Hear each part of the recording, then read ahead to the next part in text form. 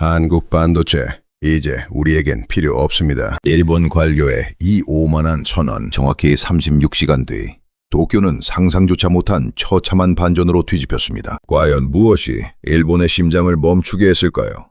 지금 바로 확인해 보시죠. 한국 반도체? 이제 우리에겐 필요 없습니다. 우리가 직접 끊어주죠. 2026년 새해 벽두, 도쿄 총리 관저 브리핑룸을 순식간에 동토의 땅으로 만들어버린 이 오만한 한마디. 그것은 단순한 경제정책의 발표가 아닌 대한민국이라는 국가의 자존심을 정면으로 겨냥한 비열한 선전포고였습니다. 수백 대의 카메라 플래시가 마치 폭풍처럼 퍼져나오는 그 혼란스러운 현장 속에서 일본 경제산업성의 이시하라 류스케 차관은 승리에 도취한 듯한 미소를 지으며 단상 위에 올랐습니다. 그는 전 세계 언론을 향해 연간 47조 원 규모에 달하는 한국산 반도체 수입을 이 시간부로 전면 금지한다고 선포했습니다. 그의 입에서 흘러나오는 단어들은 하나하나가 날카로운 가시 같았습니다. 사실 한국은 일본이 키워준 나라나 다름없습니다. 50년 전 우리가 기술의 씨앗을 뿌려주지 않았다면 그들이 감히 반도체 강국이라는 이름을 입에 올릴 수나 있었겠습니까? 하지만 이제 상황은 달라졌습니다. 일본의 자본과 장인 정신이 결합한 지금 우리의 기술력은 이미 한국을 아득히 추월했습니다. 이시하라의 이 노골적인 비하 발언은 순식간에 외신을 타고 전 세계로 퍼져나갔으며 14억 중국 대륙과 일본 열도는 마치 한국 경제의 종말이라도 본 듯 광기 어린 환호성을 내질렀습니다. 하지만 그는 단 하나, 가장 치명적인 사실을 간과하고 있었습니다. 반도체라는 초정밀 산업은 정치적 야욕이나 자본의 논리로만 움직이는 것이 아니라는 점입니다. 그는 한국의 기술력이 이미 일본 산업의 모세혈관 깊숙한 곳까지 침투해 그들의 생사를 결정짓는 산소가 되었다는 사실을 전혀 파악하지 못했습니다. 이시하라는 자신이 던진 이 결정이 정확히 36시간 후 세계 3위 경제대국이라 자부하던 일본의 신장을 스스로 멈추게 할 처참한 자살골이 될 줄은 꿈에도 몰랐을 것입니다. 그의 눈에 비친 한국은 그저 대체 가능한 하청기지에 불과했겠지만 삼성과 SK가 묵묵히 쌓아올린 나노 단위의 초격차는 일본이 결코 넘볼 수 없는 신의 성벽이었습니다. 브리핑을 마치고 위풍당당하게 걸어내려오는 그의 뒷모습 위로 일본 경제의 몰락을 예고하는 36시간의 잔인한 카운트다운은 이미 시작되고 있었습니다. 오만했던 관료가 결국 서울의 차가운 바닥에서 90도로 고개를 숙이게 될 그 충격적인 역전극의 서막이 지금 막 올랐습니다. 도대체 일본은 무엇을 믿고 이토록 무모한 도발을 감행했던 것일까요? 그들의 근거 없는 자신감 뒤에는 무려 60조 원이라는 천문학적인 자본이 있었습니다. 일본 정부는 믿었습니다. 돈만 있다면, 그리고 과거의 장인 정신을 소환하기만 한다면 한국의 반도체 기술쯤은 단숨에 따라잡을 수 있을 것이라고 말이죠. 하지만 그들은 결정적인 착각을 하고 있었습니다. 반도체는 단순히 공장에서 찍어내는 공산품이 아닙니다. 수십 년간의 실패와 성공이 켜켜이 쌓여 완성된 나노 단위의 예술이자 인류가 도달한 정밀공학의 정점입니다. 우리 한국의 삼성과 SK가 생산하는 핵심 소재의 순도는 무려 99.999%에 달합니다. 전문가들은 이를 6-9, 즉 이스N이라 부르며 신의 영역이라 칭송합니다. 이 경이로운 수치가 과연 무엇을 의미하는지 여러분의 이해를 돕기 위해 쉽게 비유해 볼까요? 일본의 현재 기술력이 종이 위에 연필로 굵은 선 하나를 긋는 수준이라면 한국의 초격차 기술은 그 가느다란 연필선 안에 수천 개의 미세한 회로를 정교하게 새겨넣는 격입니다. 머리카락 한 올의 수만 분의 1보다 미세한 그 좁은 틈새에 전 세계의 정보를 담아내는 기적. 그것이 바로 한국이 보유한 기술의 정체입니다. 일본의 노련한 엔지니어들은 본능적으로 알고 있었습니다. 99%까지는 자본의 힘으로 흉내낼 수 있을지 몰라도 그 뒤에 0.001%라는 마지막 한 조각을 채우기 위해서는 수만 번의 공정 테스트와 기술자들의 영혼을 갈아넣는 인내의 시간이 필요하다는 것을 말입니다. 하지만 이시하라 차관을 비롯한 일본의 관료들은 이 소수점 아래 6자리가 만드는 거대한 벽을 처참하게 무시했습니다. 그들은 60조 원의 돈 뭉치면 그 벽을 반숨에 허물 수 있을 것이라 믿었지만 현실은 냉혹했습니다. 0.01%의 불순물조차 허용하지 않는 반도체의 세계에서 한국의 기술은 일본이 10년을 노력해도 도달하기 힘든 초격차의 성벽을 이미 높게 쌓아두고 있었던 것입니다. 이 미세한 차이는 곧 제품의 생존율인 수율과 직결되며 첨단 산업의 생사를 결정짓는 절대적 기준이 됩니다. 일본이 야심차게 준비한 자체 생산 칩들이 수율 문제로 쓰레기통으로 향하는 동안 한국의 반도체는 전 세계 인공지능 서버와 자율주행차의 심장으로 완벽하게 작동하고 있었습니다. 일본 관료들이 무시했던 그 미세한 순도의 차이가 결국 36시간 후 일본 전역의 공장들을 멈춰 세우는 거대한 재앙의 시작점이 될 줄은 누구도 짐작하지 못했습니다. 기술을 향한 오만이 불러온 이 비극은 이제 일본의 자존심이라 불리던 도요타와 소니의 신장을 향해 차갑게 칼날을 들이밀고 있었습니다. 일본의 무모한 선전포고가 전 세계 경제계를 뒤흔들 때 대한민국 삼성전자는 세상을 다시 한번 놀라게 만든 뜻밖의 카드를 꺼내들었습니다. 거친 비난도 감정적인 맞대응도 아니었습니다. 오히려 너무나 조용해서 소름이 돋을 정도의 논리적인 대응이었죠. 삼성의 수출 전략을 진두지휘하는 최강석 팀장은 전 세계 외신들이 지켜보는 가운데 단호하고도 명확한 목소리로 공식 선언을 발표했습니다. 일본 정부가 공식적으로 우리 기술을 신뢰하지 못하겠다고 선포한 이상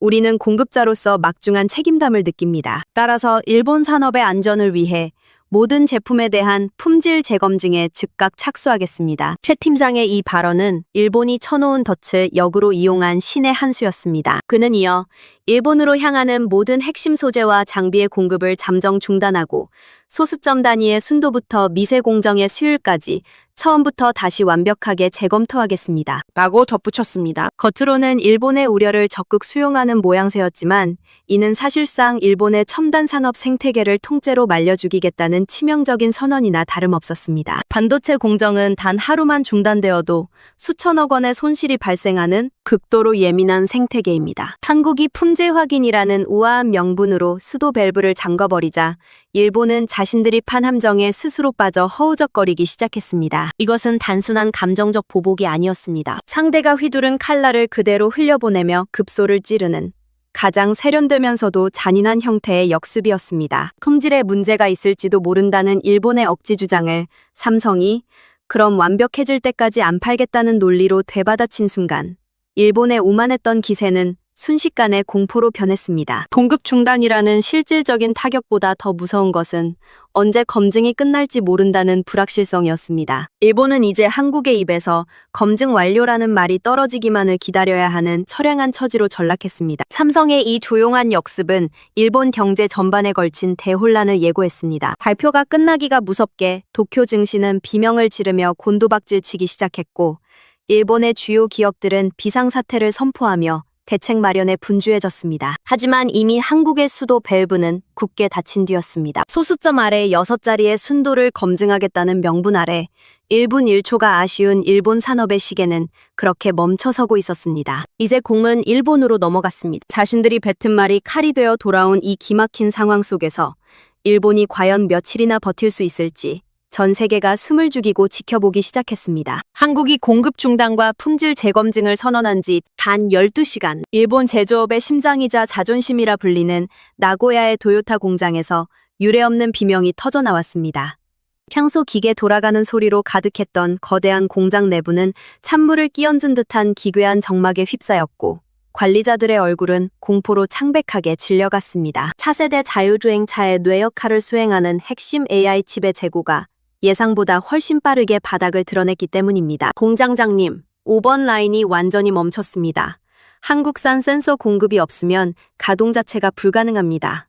현장 책임자의 절규 섞인 보고는 일본 경제의 재앙을 알리는 신호탄이었습니다. 수조조 원이라는 천문학적인 자금을 투입해 건설한 세계 최고 수준의 자동화 설비들은 한국산 핵심 부품 단 한 조각이 없다는 이유만으로 한순간에 멈춰서기 시작했습니다. 수조 원의 가치를 자랑하던 최첨단 로봇팔들이 맥없이 축 늘어지는 모습은 일본이 믿어왔던 기술 강국의 허상을 적나라하게 보여주는 상징적인 장면이었습니다. 평소 일본의 기술력은 세계 최고이며 한국은 추격자일 뿐이라며 어깨를 으쓱이던 일본 엔지니어들은 텅 빈 컨베이어 벨트 앞에서 처참한 절망감을 맛봐야 했습니다. 그들은 누구보다 잘 알고 있었습니다. 한국의 6센급, 즉 99.99%의 초고순도 소재가 뒷받침되지 않는다면 자신들이 자랑하던 정밀 장비와 공정 기술은 한낱 껍데기에 불과하다는 잔인한 진실을 말입니다. 아무리 정교한 설계도가 있어도 한국이 공급하는 순도 높은 원료가 없다면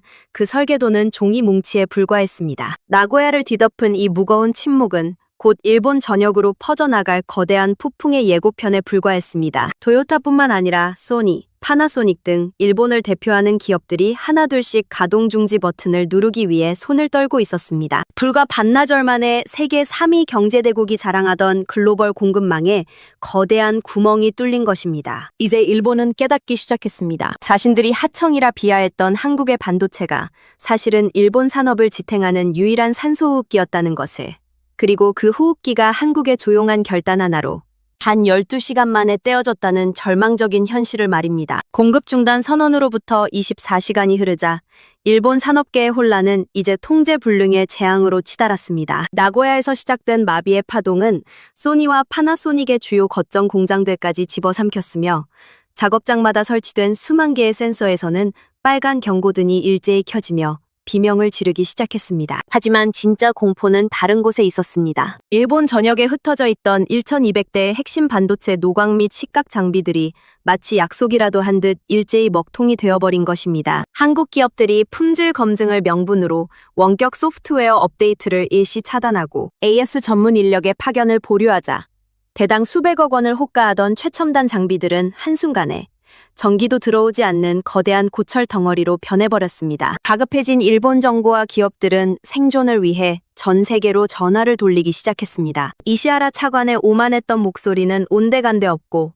대만과 미국의 주요 반도체 업체들의 제발 남는 물량이 있다면 얼마를 주든 사겠다며 비굴할 정도로 간절한 긴급 발주를 넣었습니다. 그러나 돌아온 대답은 얼음장처럼 차가웠습니다. 대만의 TSMC와 미국의 마이크론조차 우리 제품의 핵심 소재 역시 한국의 초고순도 화학물질에 의존하고 있다며 고개를 저었습니다. 그들은 한국의 공급 없이는 우리도 생산량을 맞출 수 없으니 최소 6개월은 기다려야 한다는 절망적인 답변만을 내놓았습니다. 이것은 일본이 그토록 믿었던 글로벌 공급망이라는 방패가 한국이라는 핵심 고리가 빠지는 순간 얼마나 허무하게 무너지는지를 보여주는 잔인한 증명서였습니다. 이제 일본 열도는 그야말로 도관에 든 쥐 신세가 되었습니다. 소재가 없어서 밥을 못 짓는 것은 물론이고 밥솥 역할을 하던 장비들마저 고철이 든 상황에서 일본은 더 이상 빠져나갈 구멍을 찾지 못했습니다. 공장 라인마다 쌓여가는 미완성 제품들은 이제 산업의 쓰레기가 되어 일본 기업들의 목을 죄어왔고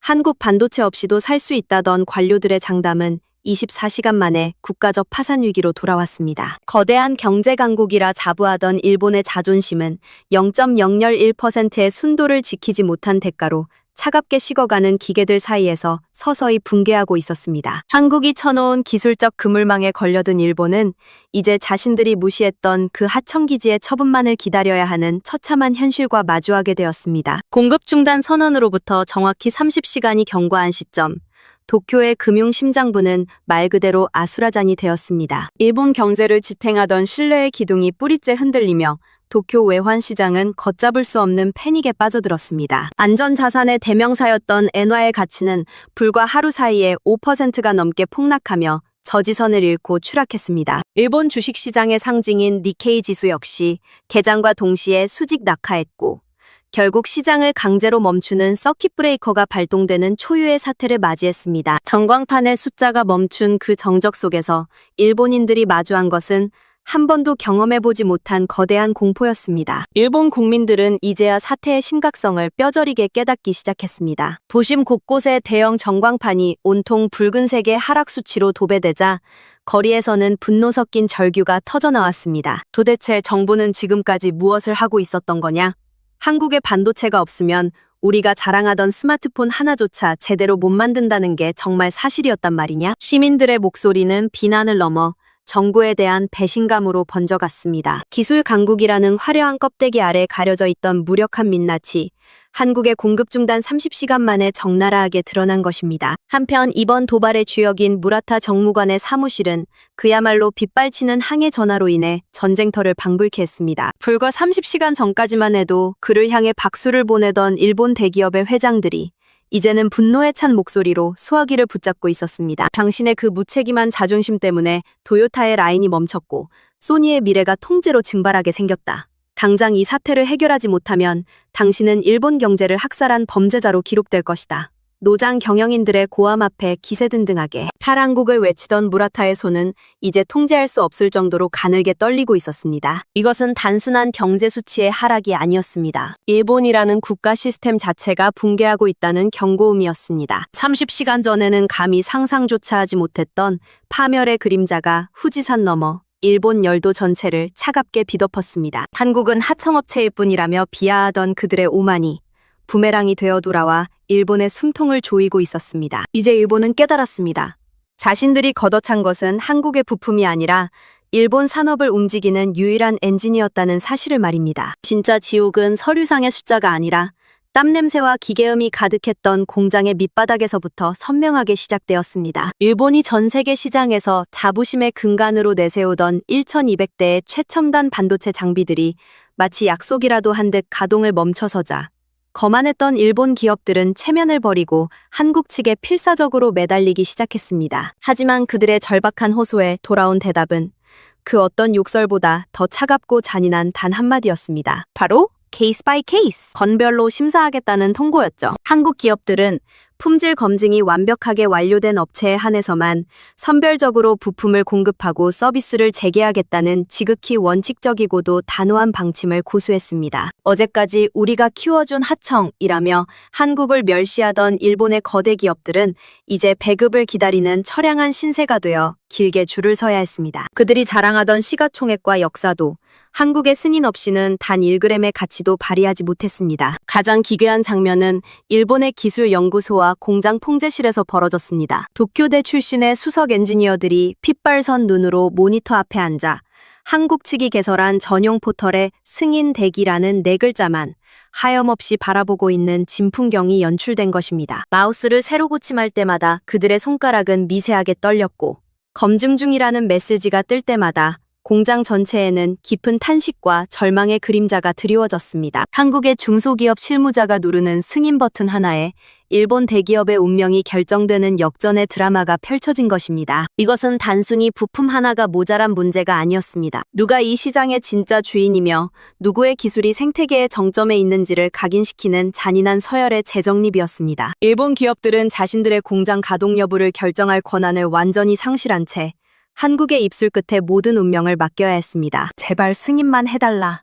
는 간절한 메일이 수천 통씩 한국으로 쏟아졌지만 한국의 검증 시스템은 소수점 아래 6자리의 순도를 핑계로 일본의 숨통을 아주 천천히 그리고 아주 확실하게 조여갔습니다. 오만했던 기술 강국 일본의 엔지니어링 신화가 한국이 설계한 디지털 미로 속에 갇혀 한 발짝도 나아가지 못한 채 처참하게 질식해가는 순간이었습니다. 마침내 운명의 36시간이 밝았습니다. 일본 열도를 지탱하던 거대한 제조업의 기둥들이 모래성처럼 무너져 내리고 일본 상장기업들의 시가총액이 불과 하루 반 만에 120조 원이나 증발해버린 참혹한 순간이었습니다. 더 이상 버틸 힘도 명분도 남지 않았음을 깨달은 무라타 정무관은 결국 전 세계가 지켜보는 카메라 앞에서 처참하게 백기를 들었습니다. 사과하겠습니다. 제가 직접 한국으로 가서 모든 것을 원점으로 돌리겠습니다. 불과 52시간 전 도쿄 총리 관저의 화려한 조명 아래서 한국 반도체는 필요 없다 며 기세등등하게 선언했던 그 남자의 얼굴에는 이제 한 줌의 자신감도 찾아볼 수 없었습니다. 그 자리를 대신한 것은 감히 가늠조차 할 수 없는 깊은 공포와 굴욕의 그림자뿐이었습니다. 무라타는 차갑게 식어버린 일본 경제의 산소호흡기를 다시 돌리기 위해 사실상 구걸에 가까운 태도로 서울행 비행기에 몸을 실었습니다. 비행기 트랩을 오르는 그의 초라한 어깨는 단순히 한 정치인의 몰락이 아닌 기술 강국이라 자부하던 일본의 자존심이 완전히 파산했음을 보여주는 역사적인 상징이었습니다. 전 세계 주요 언론들은 실시간 속보를 쏟아내며 이 믿기지 않는 광경을 36시간의 항복이라 대서특필했습니다. 경제적 독립을 외치며 시작한 도발이 단 36시간 만에 국가적 구걸로 변질되는 과정을 전 세계가 숨을 죽이고 지켜보았습니다. 서울로 향하는 비행기 안에서 무라타는 창밖의 구름을 바라보며 무슨 생각을 했을까요? 자신이 무시했던 한국의 6N급 소재와 나노 단위의 기술력이 사실은 일본이라는 거대 국가를 움직이는 보이지 않는 지배자였다는 사실을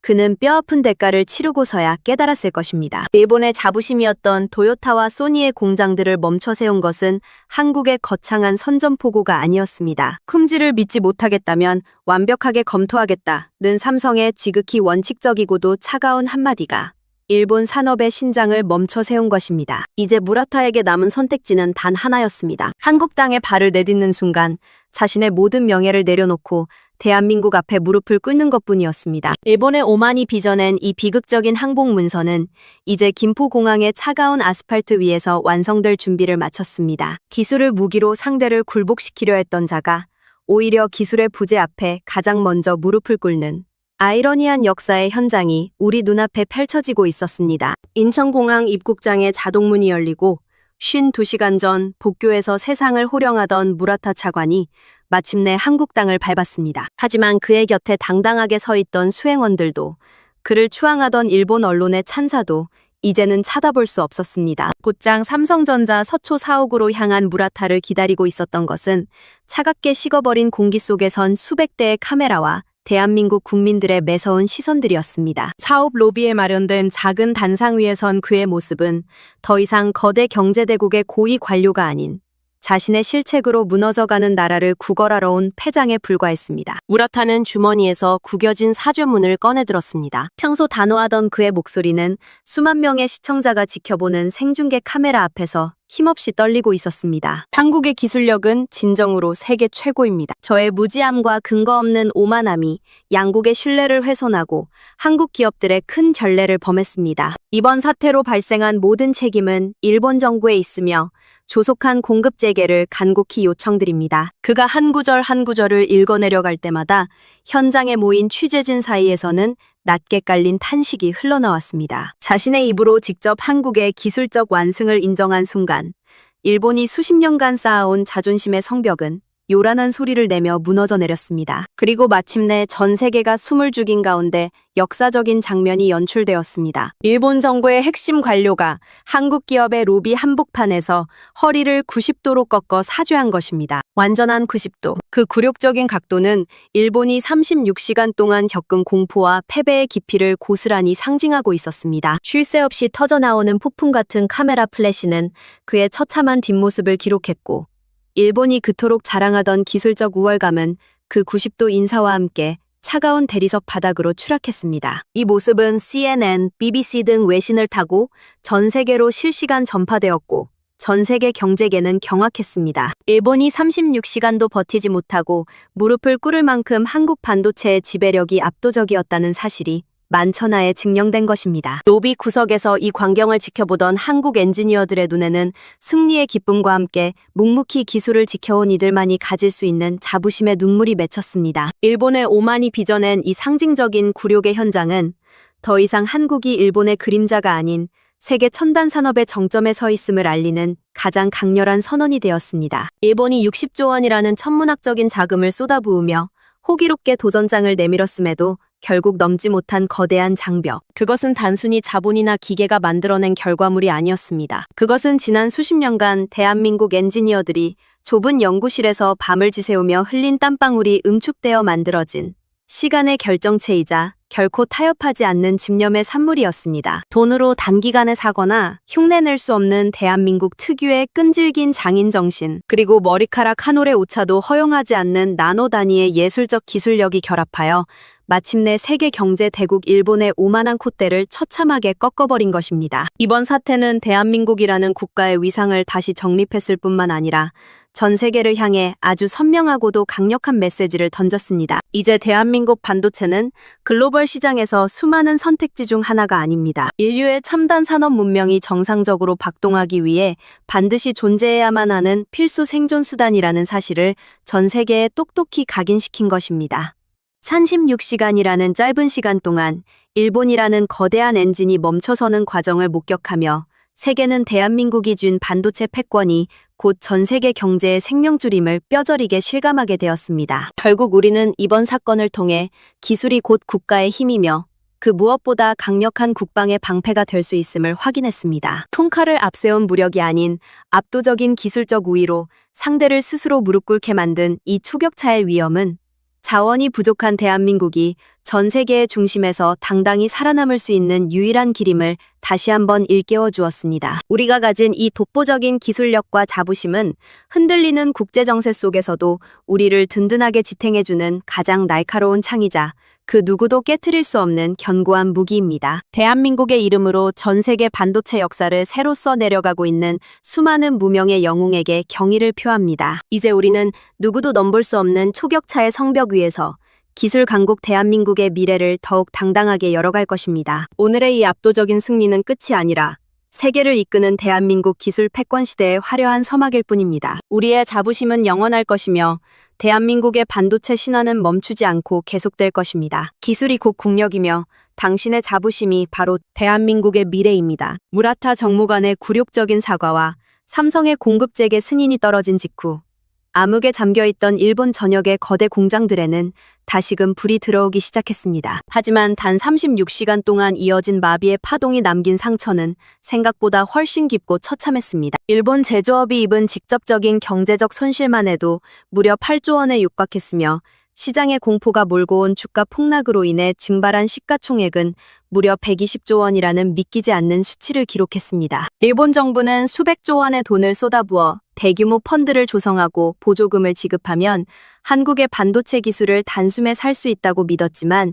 그 결과는 참혹한 패배와 국가적 망신뿐이었습니다. 이번 사태는 전 세계 산업계에 뼈아픈 교훈을 남겼습니다. 반도체는 땅을 파면 나오는 천연자원이나 돈으로 찍어낼 수 있는 단순한 공산품이 아닙니다. 그것은 지난 50년이 넘는 세월 동안 연구실의 차가운 공기를 견디며 밤을 지새운 수만 명 엔지니어들의 영혼과 집념이 켜켜이 쌓여 만들어진 시간의 결정체이기 때문입니다. 일본이 자랑하며 늘어놓았던 대당 수천억 원짜리 최첨단 장비 1200대는 한국산 초고순도 소재 하나와 이를 관리할 숙련된 기술자 한 명의 부재 앞에서 얼마나 무기력하고 쓸모없는 고철덩어리로 변할 수 있는지를 전 세계에 생생하게 증명해 보였습니다. 기술의 가치는 결코 장구상의 숫자로 환산될 수 없습니다. 일본은 한국을 우리가 키워준 하청기지라 비하하며 자본의 힘으로 굴복시키려 했지만 정작 그들이 마주한 것은 돈으로 결코 살 수 없는 초격차 기술이라는 거대한 벽이었습니다. 단 16시간 동안 멈춰버린 시계는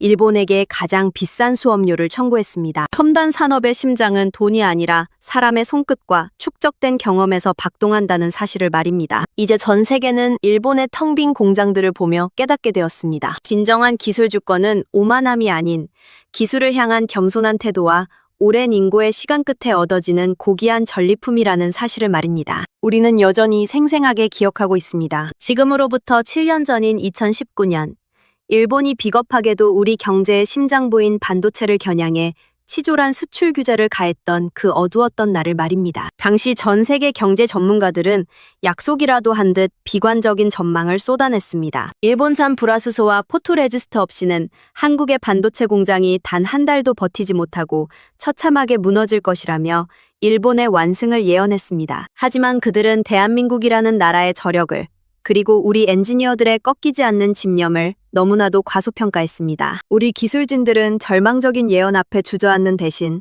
전국의 연구실 불을 24시간 환하게 밝히며 사투를 시작했습니다. 일본이 기술을 무기로 우리를 굴복시키려 할 때 우리는 그 치욕을 잊지 않기 위해 낮과 밤을 잊은 채 실험실에서 먹고 자며 오직 국산화라는 목표 하나에 모든 인생을 걸었습니다. 그렇게 이어진 6년여의 눈물겨운 사투 끝에 우리는 마침내 기적을 일궈냈습니다. 불가능하다던 핵심 소재들의 국산화에 보란듯이 성공했고 오히려 일본 기업에 대한 의존도를 완벽하게 끊어내며 공급망의 완전한 독립을 쟁취해냈습니다. 만약 그때 일본이 휘두른 그 비수 같은 시련이 없었더라면 오늘의 이 압도적인 초격차 기술과 완벽한 자립은 존재하지 않았을지도 모릅니다. 일본의 비열한 도발은 우리를 무너뜨리기는커녕 오히려 잠자고 있던 사자의 코수염을 건드려 우리를 그 누구도 넘볼 수 없는 강한 괴물로 키워준 셈이 되었습니다. 2019년의 위기는 우리에게 뼈아픈 교훈을 주었지만 동시에 스스로 일어서는 법을 가르쳐준 가장 위대한 기회였습니다. 일본이 우리를 밟으려 할수록 우리는 더 단단해졌고 그들이 우리를 가두려 할수록 우리는 더 높은 곳으로 비상했습니다. 이제 상황은 완전히 역전되었습니다. 7년 전 우리를 비웃던 일본은 이제 우리가 잠근 기술의 수도 밸브 앞에서 비명조차 지르지 못한 채 무너져 내리고 있습니다. 우리가 흘린 피와 땀으로 쌓아 올린 이 견고한 성벽은 이제 그 어떤 외압에도 흔들리지 않는 대한민국의 가장 강력한 방패가 되었습니다. 시련을 기회로 바꾸고 굴욕을 영광으로 되돌려준 대한민국 반도체의 역사는 포기하지 않는 민족의 집념이 얼마나 위대한 결과를 만들어내는지 전 세계에 똑똑히 보여주고 있습니다. 이번 사태를 숨죽여 지켜본 전 세계 국가들은 그야말로 경악을 금치 못했습니다. 세계 3위의 경제 대국이자 제조업의 상징과도 같았던 일본이 대한민국 반도체라는 핵심 고리가 빠지자마자 단 36시간도 버티지 못하고 국가 전체가 마비되는 충격적인 광경을 목격했기 때문입니다. 불과 며칠 전까지만 해도 한국 반도체 없이도 살 수 있다던 일본 관료들의 오만이 처참한 몰락으로 변하는 과정은 전 세계 리더들에게 기술 패권이 곧 국가의 생사 여탈권을 쥐고 있다는 사실을 뼈저리게 각인시켰습니다. 이제 국제사회에서 대한민국은 단순히 물건을 잘 만드는 나라가 아니라 전 세계 첨단 산업의 심박수를 조절하는 독보적인 존재로 우뚝 섰습니다. 미국과 네덜란드 등 네로라 하는 기술 강국들조차 이제는 명확히 깨닫고 있습니다. 인공지능, 자율주행, 슈퍼컴퓨터로 대변되는 첨단 산업의 미래는 대한민국과의 공고한 파트너십 없이는 결코 열릴 수 없다는 냉혹한 현실을 말입니다.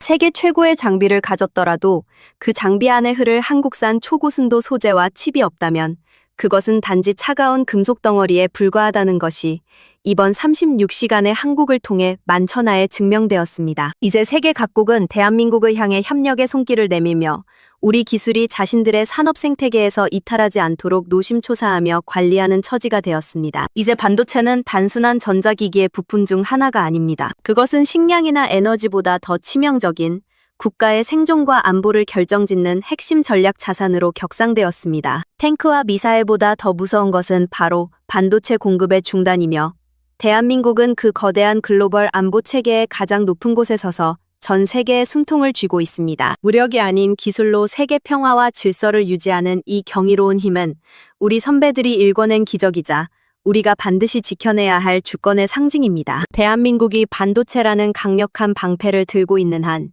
전 세계 그 어떤 강대국도 감히 우리를 함부로 대하지 못할 것입니다. 우리는 이 초격차의 위험을 바탕으로 인류의 미래를 설계하는 중심축으로서 그 책임을 다할 것입니다. 오늘 일본이 흘린 눈물은 전 세계에 보내는 강력한 경고장입니다. 기술을 가진 자가 세상을 지배하며 그 중심에 대한민국이 있다는 사실을 말입니다. 글로벌 반도체 업계에는 이런 상징적인 말이 전해 내려옵니다. 중국은 연필로 투박한 선을 긋고 일본은 그 선 위에 나노라는 정밀한 그림을 그리지만 한국은 마침내 그 죽어있는 나노의 세계 안에 살아 움직이는 생명을 불어넣는다. 이 짧은 문장은 우리가 보유한 기술력이 단순한 물리적 수치를 넘어 인류공학이 도달할 수 있는 최고의 정점임을 여실히 보여줍니다. 지금 이 순간에도 외부의 미세한 먼지 하나조차 결코 허용되지 않는 숨막히는 방진복 속에서 자신의 이름조차 드러내지 않은 채 보이지 않는 나노 세계와 치열한 사투를 벌이는 수만 명의 대한민국 엔지니어들이 있습니다. 그들은 거대한 기계장치 뒤에 숨은 그림자가 아닙니다. 대한민국의 국격을 실시간으로 빚어내고 있는 나노의 예술가들이죠. 우리가 뉴스에서 접하는 세계 최초,